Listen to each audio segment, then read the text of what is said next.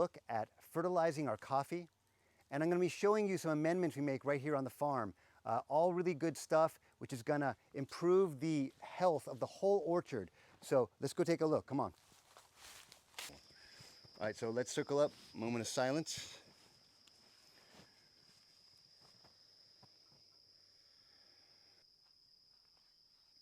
So before we break, I just want you to tune in to your senses. Your eyes are closed, so mostly smell, sound, and feel.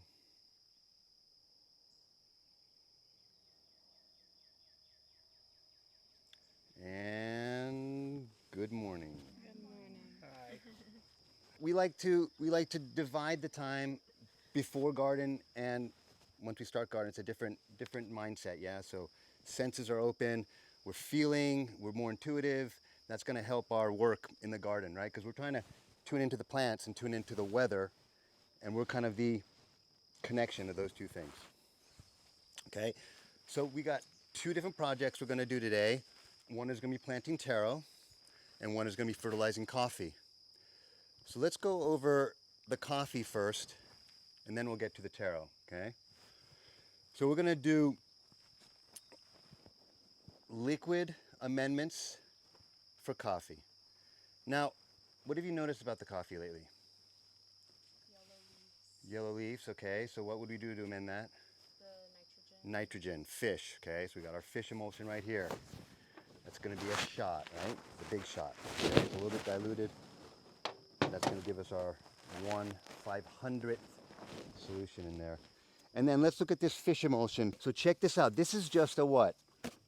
It's a, what do you call these things? It's a juice cooler. Is there a better name for that?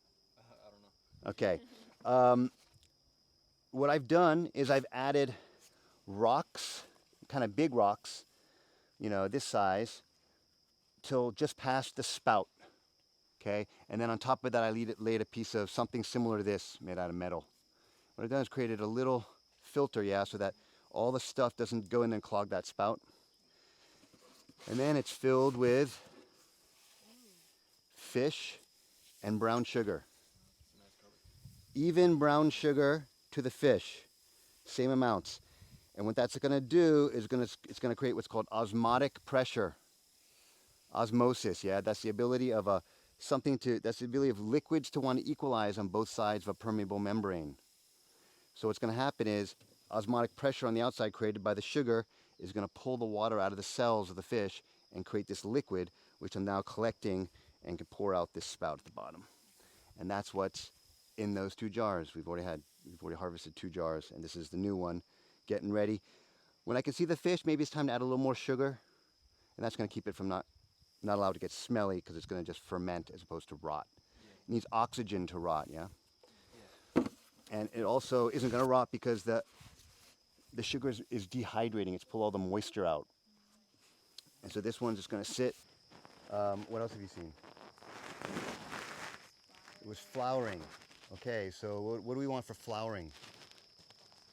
Phosphorus, okay. What else? Calcium. Calcium for everything, right? So here we have our shell juice. Okay, what is this? This is vinegar, right? And we add it to what? Toasted eggshells.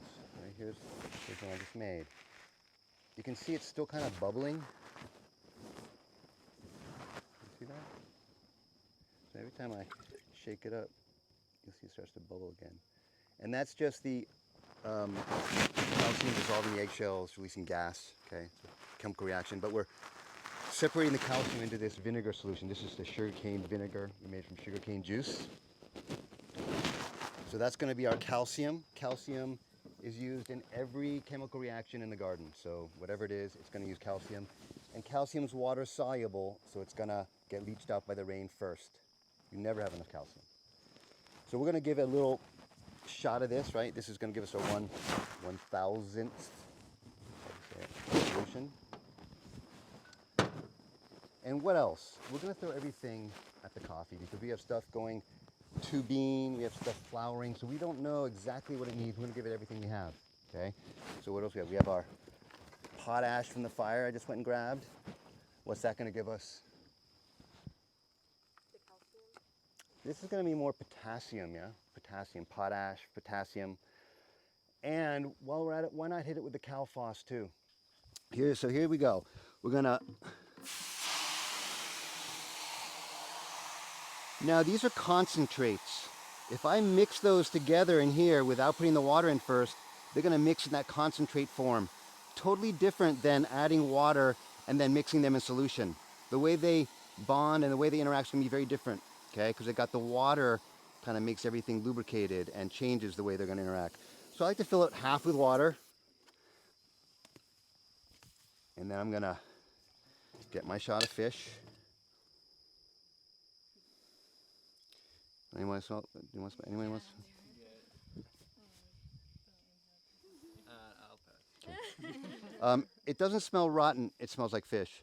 So if you let fish rot, like fish emulsion, it's really nasty. It really smells rotten. This we ferment in sugar. Okay, and we'll take a look at that. It smells like fish sauce. It's fishy, but it's not putrid. It's different, yeah? So we're going to get a shot of this.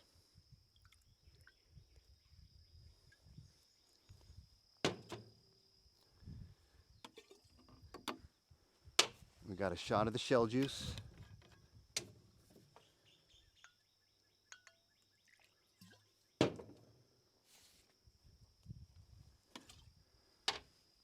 And I'm just going to mix it up with the rest of the water.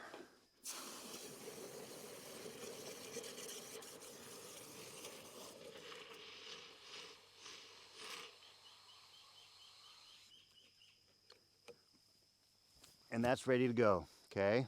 So we're going to pour that on our coffee. Let's say one of these does 2 to 3 coffee plants. So what would be in the ocean water that we would like to add to the salt? Yeah. What else? What's in ocean water? Minerals. What kind? Seaweed. Seaweed? There's some minerals in seaweed. But do you guys have any idea what ocean water is made up of? There's 70 elements in ocean water. So it's a really fine mix of all the minerals, okay? So when we add that in a 1 to 30 dilution, which would be like a cup in this. That's giving a ton of minerals, okay? So really good. We don't have that this time. But it's a liquid. It's super easy to add. So next time we have it, we'll just go water them with that, okay? So then we're going to hit it with a little handful of potash. You want to show what that looks like? A little handful of the phos. And you can see that that is a brown powder. Okay, these are all organic. Does that mean it's okay to inhale them? Go snort that stuff? No. Fine particulate, you don't want to inhale it, any kind, doesn't matter what it is, okay? Let's go up and take a look at the coffee before we get started, and we're going to look at what the process is going to be. So let's head up there. I've got one ready to go. Let's start with this one here. Coffee. What stage is it in? It just flowered. I can see the remnants of the flowers. Can you see that? That little brown stuff? Okay. So just flowered. I don't see any beans yet, but these little buds, okay, are slowly going to start to turn to beans as they're doing over here. Can you see that? Come take a look. See how they start to swell? So in order for them to swell, they're going to need some nutrients. We're going to pour that solution over here. Before I do that, and again, you could be barefoot. I would recommend it. I'm not, because I'm going to be doing different stuff. You could be bare hands too for this. Totally up to you. Okay, really healthy to get your hands and feet in the soil. But you'll see if that's comfortable for you or not. Okay, so I could just pour it over that. But what about, what's this thing? This is a vine. Look at it. It's already starting to go. Look, it's already up to here. And it's a strangler. So we're going to have one scout in the group is going to go forward. Maybe it'll be 2 scouts. And they're going to prep. And what am I doing? I'm just getting everything pushed back to the diameter called the drip line. This is where the action happens, okay, on the tree. Because why? Because this is where if it rains, the water falls off of here, okay? And that's where all the action is. That's where the roots are out getting those little, all the minerals and stuff from the rainwater. There's lots of roots out here. So this tree, underground, they say that trees are reciprocal. The same under the ground as above the ground. Or I guess that would be symmetrical, yeah? So imagine the roots. I would be surprised if this thing had a root mass this big. But I'm gonna clear it out. Let's say about 2 feet. Okay, and see what I'm doing? I'm just kind of exposing the earth, getting all the weeds and vines out. Now I can hit it with those powders. I didn't take all this away. This stuff's okay. We're gonna probably come back and hit this with mulch afterwards. So for now, come on and give a little sprinkle of that. Yeah, that's good. And I might even just get like a bigger bucket and just do kind of like a handful. Okay, so now it's got double, it's too much. But I think that'll be a lot quicker. Same with the potash. And then what I'm gonna water it in. Now remember, I'm not watering this tree, I'm fertilizing this tree. Was that half? Maybe, not quite. Maybe I could do 3 with each one of these. Okay, so go ahead, hit it with a little bit of potash. Yeah, give a handful. Yeah, I would say even less. Oh, really? Yeah, and then maybe we'll come by and hit it with some of that thick mulch we have in the parking lot, yeah? And we'll just cover that back up. Keep the weeds out, but we'll cover that up with a little bit of mulch. Okay? No, we just did it in the wrong order. I would say go potash, go the powders first, water them in, mulch them. So our coffee should be really happy. It got fish, calcium, we gave it a little bit of phos amendment, and what else do we put in? Potash. And then it got a nice layer of mulch, the weeds got pulled away. The whole orchard is gonna benefit from that treatment. I think we really killed it today. I'm excited. If you liked the video, subscribe, give us a thumbs up, and we'll see you next time for some more farming videos.